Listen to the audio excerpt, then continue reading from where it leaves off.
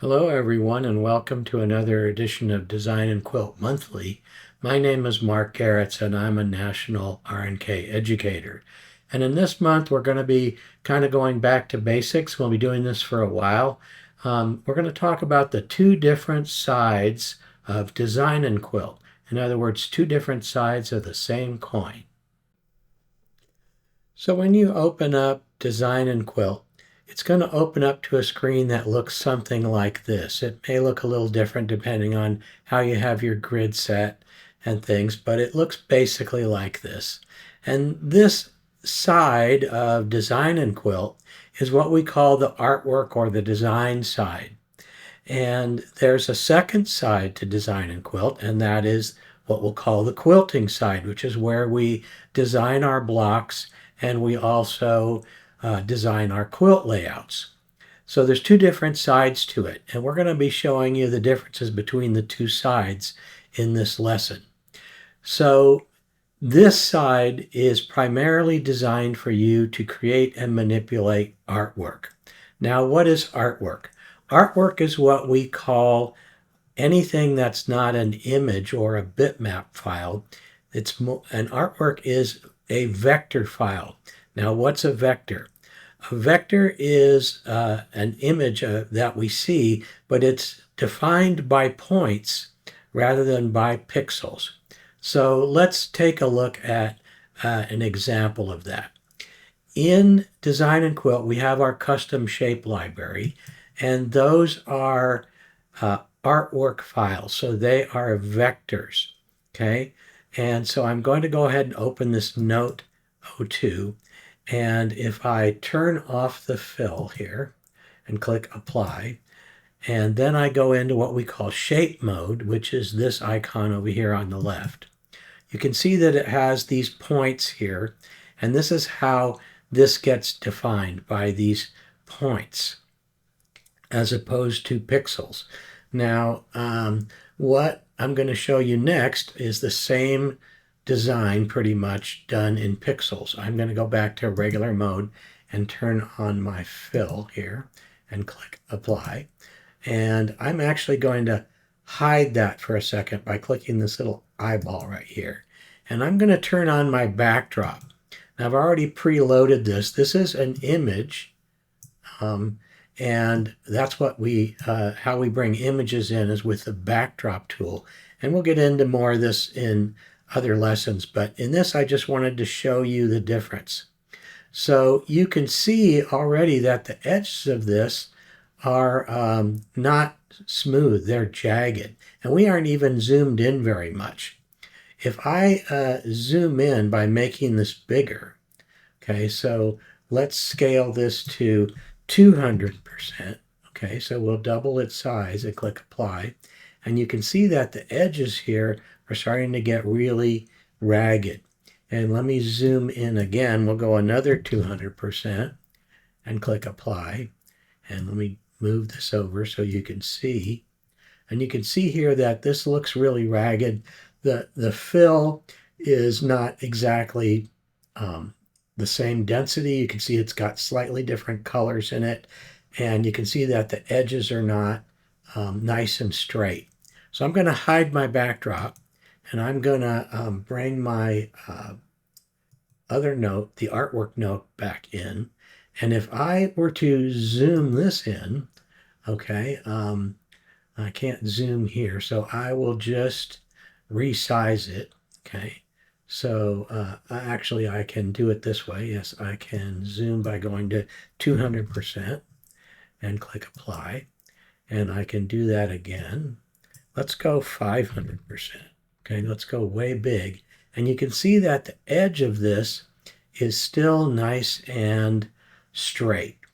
And the advantage of using vectors versus images or bitmaps or pixels, which are what we see normally as JPEGs or PNGs or BMP files, is that we can resize this artwork any way we want to. So let me do a couple of undos and bring this back to regular size. And it still maintains that crispness and sharpness. And this is really important when we are doing things like cutting or tracing, doing things like that, bringing them in as appliques into our quilt, we want to maintain those edges nice and sharp. And so that's what artwork is. And again, we use the term artwork interchangeably with vectors and other terms like that. All right, so this is for all purposes, we'll call this the artwork side of Design N Quilt. Now there's another side of Design N Quilt, and that is the quilt creation side. And we get there by using one of these quilt creation icons right here. So this allows us to open a quilt block from our library.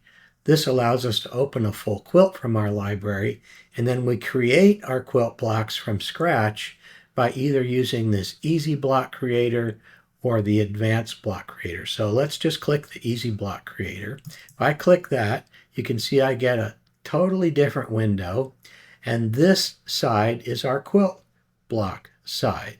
Okay, so this is our Easy Block Creator, and this is how I would create a quilt using Easy Blocks. We've already done videos on this. I'm not going to go over how we do that in this video. In this video, I just wanted to explain the difference between the two sides. If I go ahead and click the quilt library and I bring in a full quilt, let's bring in this Oh My Stars quilt from Alex Anderson. You can see we've got a full quilt here, and I'm still on this quilt side. And how do I tell the difference? Well, there's 3 different colors of tabs here. The white or slightly beige one, if I click that, that's my artwork side. The blue side is my quilt block creator side. And then the brown is my quilt side. Okay, so these two will say they're on the same side, the quilt creation side, but they're 2 different colors. If I click the advanced block, I'm the same color as the easy block. So this is my quilt block indicator here, this blue, and brown again is full quilt, and white is my artwork side. Okay, so there's these 2 different sides here of the same coin. And we generally, when we're creating a quilt block, we're going to be using this quilt design side, the quilt side, or when we create a quilt layout, we'll be doing that. But if we want to do anything with artwork, like create an applique or manipulate this so we can bring it into a quilt as an applique, then we would be using the artwork side. And in the next couple lessons, we'll be going over how to use the different sides. But again, in this lesson, I just wanted to explain the different sides of the program to you. Now there's also, in this artwork side, there's also some embroidery features. Now, if you are just using a sewing machine to make your quilts, like most standard quilters do, then you wouldn't be using the embroidery side of the program. If you want to add some embroidery to your quilt, then that's when you would bring the embroidery functions into play. And you can do some very basic embroidery designing in this side of the program, but it's not really intended for that. If you want to do embroidery designing, then you would want to use one of Floriani's embroidery design programs rather than Design N Quilt. Design N Quilt is primarily intended for the quilter who wants to use a standard sewing machine. The other thing we would do with this side is if we wanted to design some quote-unquote embroidery designs for a long arm quilter, and you can do that on this side of the program as well. So I want to thank you for watching, invite you to come back next month for another edition of Design N Quilt Monthly.